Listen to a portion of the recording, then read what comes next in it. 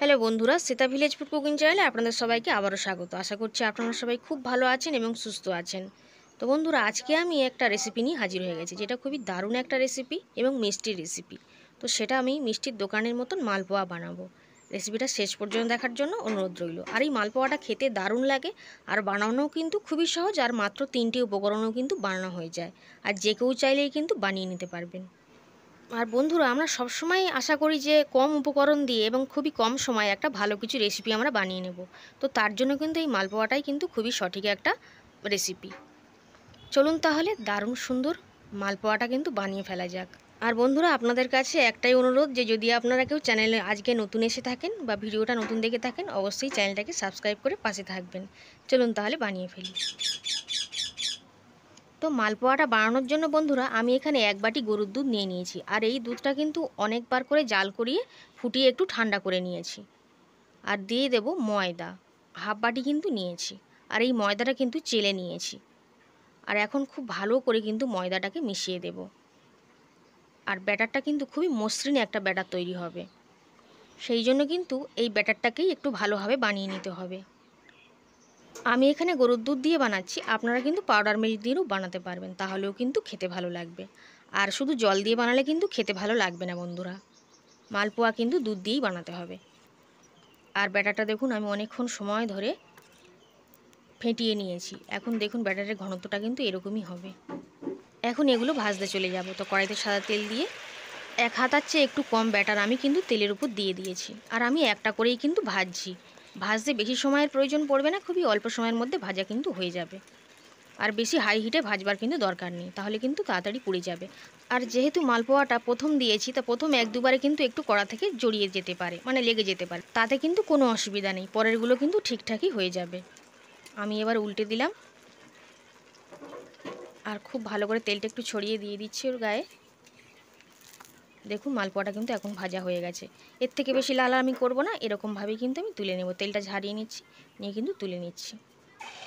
এখন আমি আর 1 হাতা ব্যাটারও কিন্তু দিয়ে দিচ্ছি তেলের উপরে। এইভাবে অল্প করে দিয়ে দিলাম, দিয়ে 1-2 মিনিট রেখেই কিন্তু তেলটা এভাবে নাড়ি চাড়িয়ে যেতে হবে। আর এইভাবে উল্টে পাল্টে কিন্তু হালকা লাল করে ভেজে নিতে হবে। তো দেখুন আমার হালকা লাল করে ভাজা হয়ে গেছে।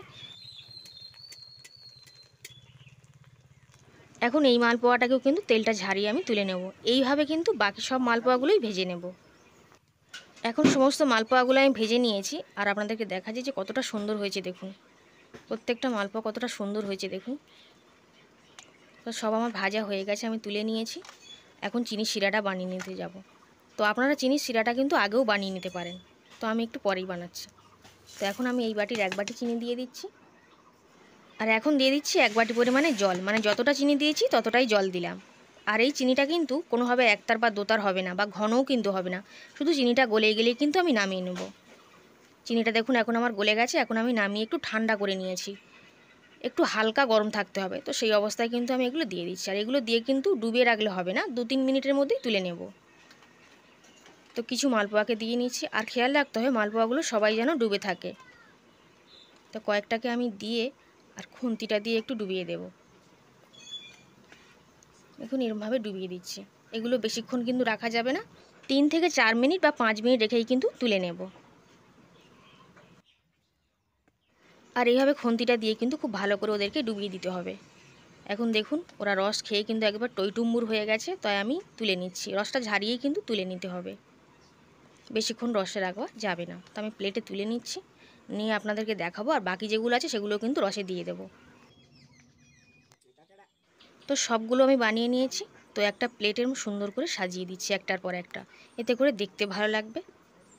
এখন থেকে যখনই আপনাদের একটু মিষ্টি খেতে ইচ্ছা করবে, আপনারা খুব সহজেই কিন্তু মাত্র 3টি উপকরণে এবং খুবই কম সময়ের মধ্যে এই মালপোয়াগুলো বানিয়ে নিতে পারবেন। বা বাড়িতে যদি কোনো ছোটোখাটো পুজো হয়, তখনও কিন্তু ঠাকুরের প্রসাদের জন্য এই মালপোয়াগুলো বানিয়ে নিতে পারবেন।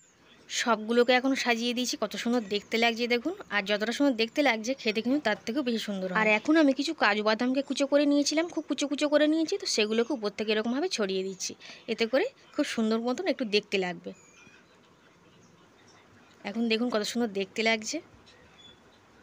তাহলে আপনারাও কিন্তু এরকমভাবে খুব সহজেই বানিয়ে নিন। আর বাড়িতে বানালে কমেন্ট বক্সে কিন্তু অবশ্যই জানাবেন যে আপনাদেরও কেমন লেগেছে। আর আজকের মালপোয়া রেসিপিটা যদি আপনাদের ভালো লেগে থাকে অবশ্যই চ্যানেলটিকে লাইক করবেন এবং বেশি বেশি করে শেয়ার করবেন এবং আপনারাও কিন্তু অবশ্যই বাড়িতে আজ তাহলে এই পর্যন্তই, আবার হাজির হয়ে যাব আমি অন্য কোনো রেসিপিতে। ততক্ষণ আপনারা সবাই খুব ভালো থাকবেন।